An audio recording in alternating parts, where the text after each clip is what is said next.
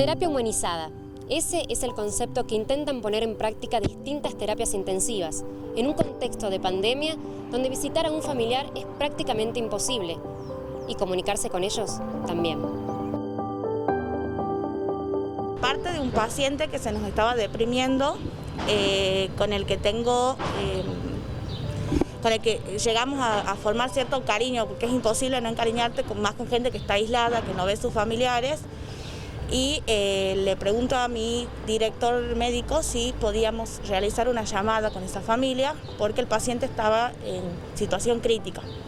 En la terapia no pueden ingresar los familiares, por ende muchas veces, digamos, como que vemos el descenso de esta persona sin el contacto con la familia.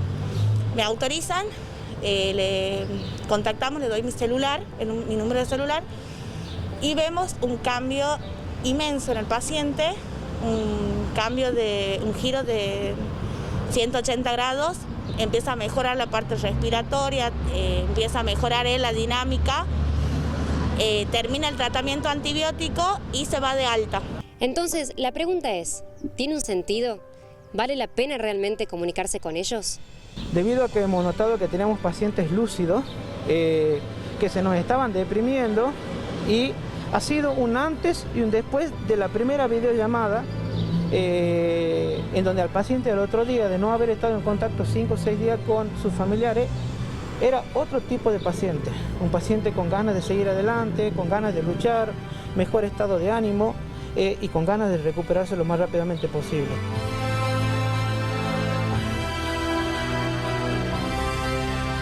Las terapias intensivas prohíben el ingreso de celulares a este sector.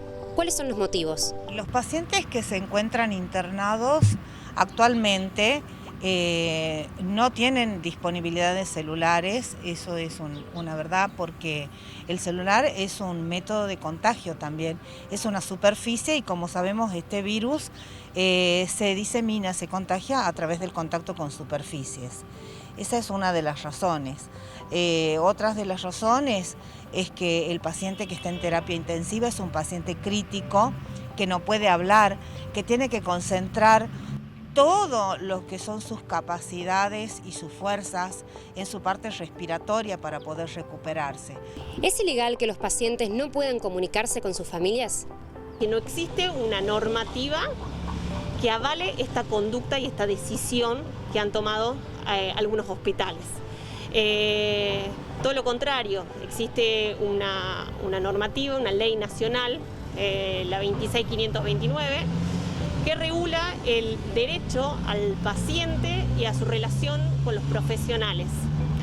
En su artículo 2 refiere a lo que es el trato digno y respetuoso de los pacientes.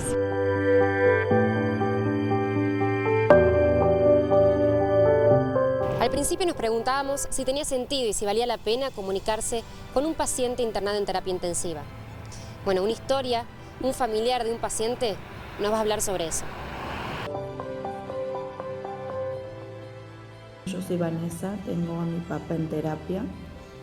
Gracias a una enfermera pudimos verlo, porque ya hacía una semana que yo a mi papá no lo veía. No sabía, o sea, sabía por el informe que nos daban los médicos, pero yo quería verlo.